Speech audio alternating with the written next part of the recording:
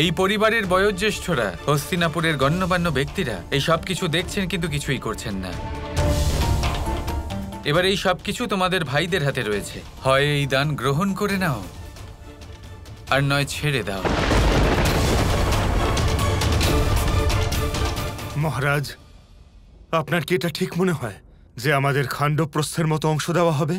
দুর্যোধন নিজের কথা রেখেছে, এই বিষয়ে আমি আর কি বা বলতে পারি। এই অধিকার শ্রীকৃষ্ণ স্বয়ং দিয়েছেন দুর্যোধনকে, আর ও তার সুযোগ নিয়েছে।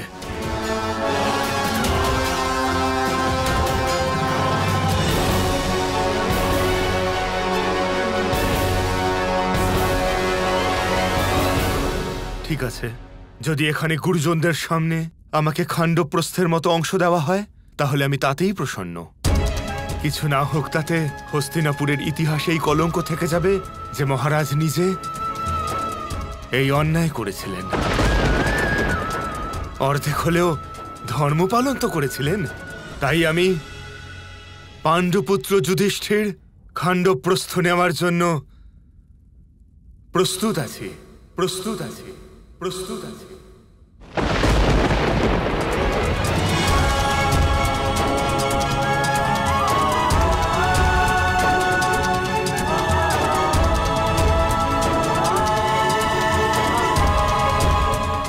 যদি এই দানের প্রাপ্তির কারণ মাধব হন, তাহলে অবশ্যই সব ঠিক হবে। ভালো, খুবই ভালো। তাহলে পাণ্ডবদের খাণ্ডবপ্রস্থের রওনা হওয়ার আর আমার রাজ্যাভিষেক করার আয়োজন করা হোক। হস্তিনাপুরের আগাম রাজা দুর্যোধনের জয়।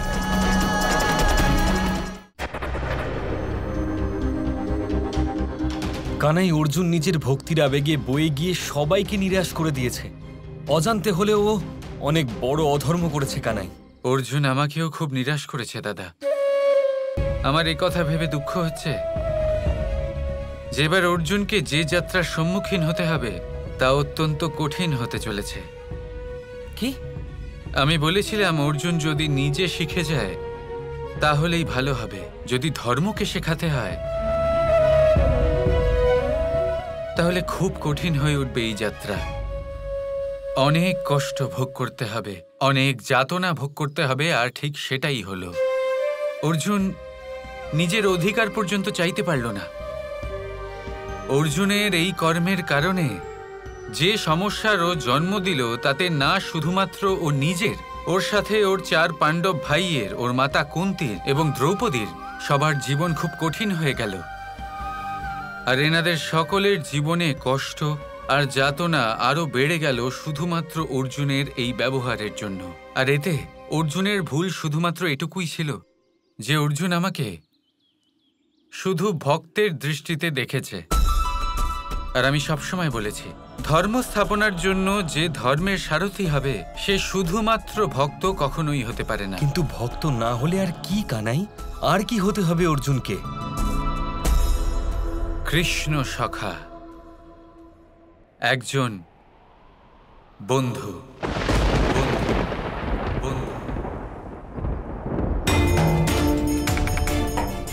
একটা এমন সম্পর্ক যেখানে স্বতঃস্ফূর্ত ভাবনা থাকবে, কোনো ভেদাভেদ থাকবে না, কোনো সংকোচ থাকবে না, যে কোনো সিদ্ধান্ত নেওয়ার পূর্ণ স্বাধীনতা থাকবে, যেখানে আমার কাজের প্রতিও প্রশ্ন করতে পারবে। আর এরকম বিশেষ সম্পর্ক কোনো ভক্তের সাথে নয়, শুধুমাত্র একজন সখার সাথে সম্ভব। আর অর্জুনকে সেটা হতে হবে।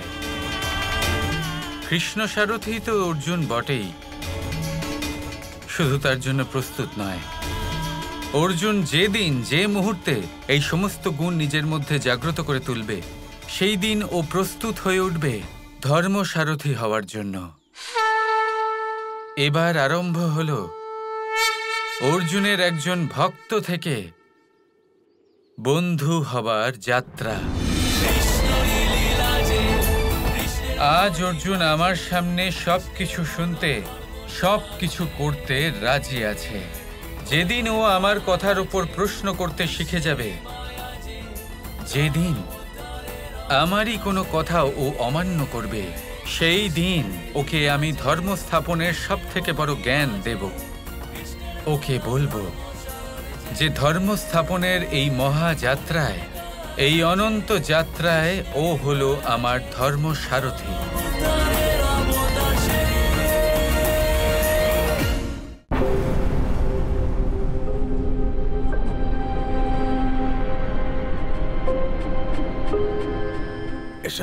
এসব কি হচ্ছে দুর্যোধন?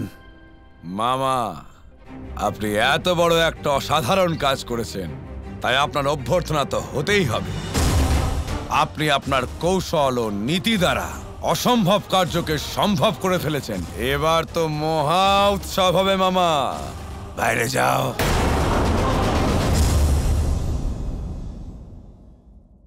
এই সময় উৎসবের নয় দুর্যোধন, এই সময় হলো সাবধান থাকার। আমাদের জিত এখনো অসম্পূর্ণ আছে, আর যখন কাজ অসম্পূর্ণ থাকে তো মানুষকে সতর্কতার সাথে লক্ষ্যের প্রতি একাগ্র থাকতে হবে। আবেগ দিয়ে নয় ভাগ্নে, নীতির দ্বারা ধৈর্য ধরে কাজ করতে হবে। কিন্তু কেন মামা, কেন? পাণ্ডবেরা যা চেয়েছিল তা পেয়ে গেছে। এবার ওরা ওখানে বাঁচার জন্য সারা জীবন কঠোর সংঘর্ষ করবে, আর আমরা এখানে নিশ্চিন্ত রাজত্ব করব। নিশ্চিন্ত রাজত্ব? তাহলে কিসের সাবধানতা মামা? এখন তো আর কোনো বিপদও নেই। একটা বিপদ রয়ে গেছে, ওই কুটিল কৃষ্ণ যা কিছু করতে পারে ভাগ্নে। ওই কুটিল কৃষ্ণ সব করতে পারে। ও চাইলে পাণ্ডবদেরকে সশক্ত করে তুলতে পারে। আর মনে থাকে যেন দুর্যোধন, জনমত সব সময় শক্তির দিকে ঝুঁকে থাকে।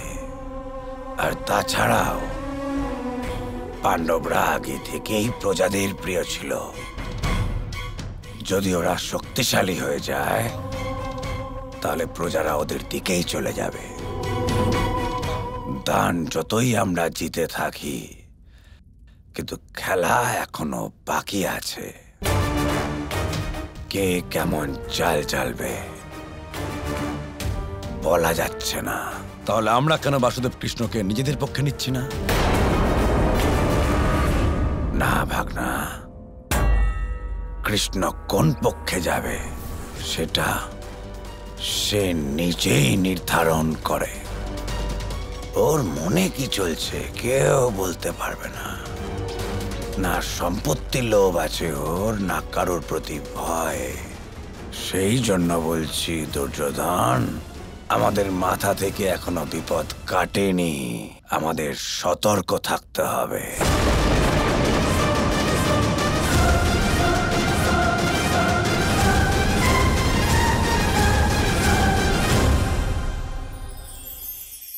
আপনি কখনো আতর মেখেছেন? একটা শ্রেষ্ঠ আতরের গুণ হলো ওকে মাখার পরে অনেক দিন পর্যন্ত তার সুবাস থেকে যায়। তারপরে আপনি বস্ত্র বদল করুন বা রেখে দিন, তার সুবাস থেকেই যায়।